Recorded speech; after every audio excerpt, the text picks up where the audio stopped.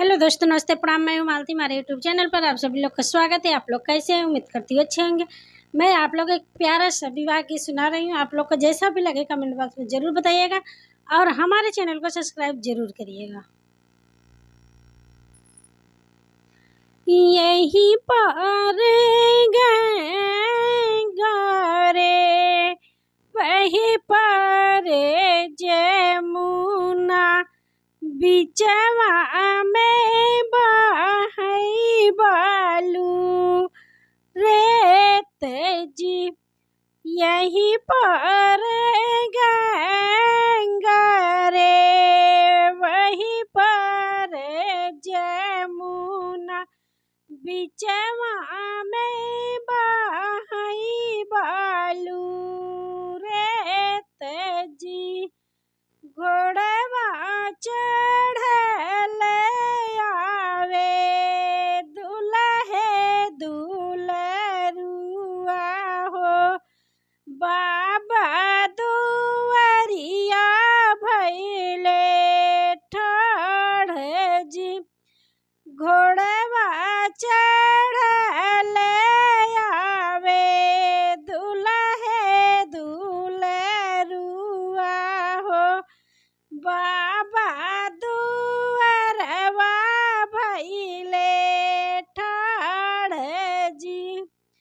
भीतर ही बटुकी बहरे हेरनिया हो। लोक तुमाउरवा के घोप जी। बहरे बाटुकी भीतर है धनिया हो।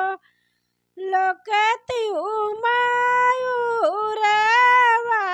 के गोप जी। कैसे केलो की स्वामी मौरा के गोपवा हो। पापा दुआरिया पे ठाढ़ जी। कैसे केलो की स्वामी मौरे के गोपवा हो। बाबा दुआरिया के ठाढ़ जी।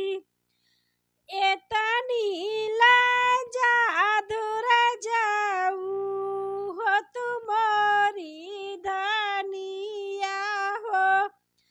बाबा घरे रहत्यू कुमार जी। एतनी लाजा दूर जाऊ हो तुमोरी धनिया हो। बाबा घरे रहत्यू कुमार जी।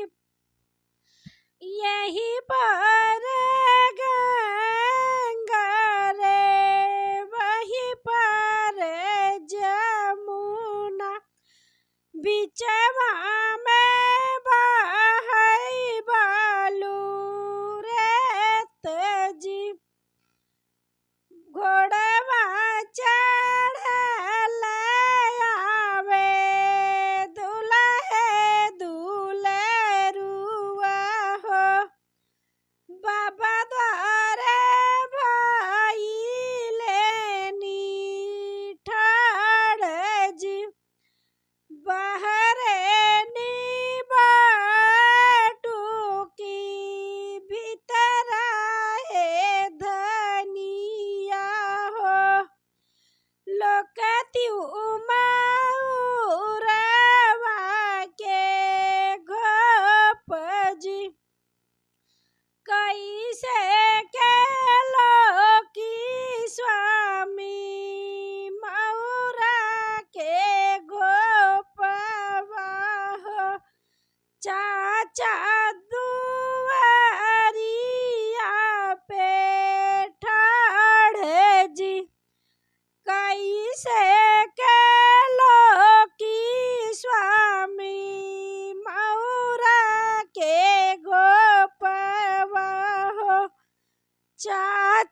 दुआरिया पे ठाढ़ जी।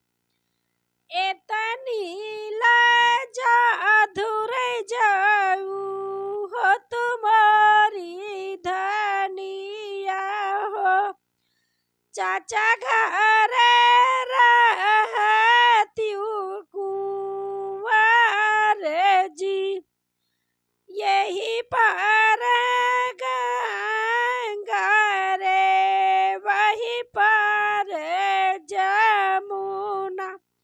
बिचवा में बहई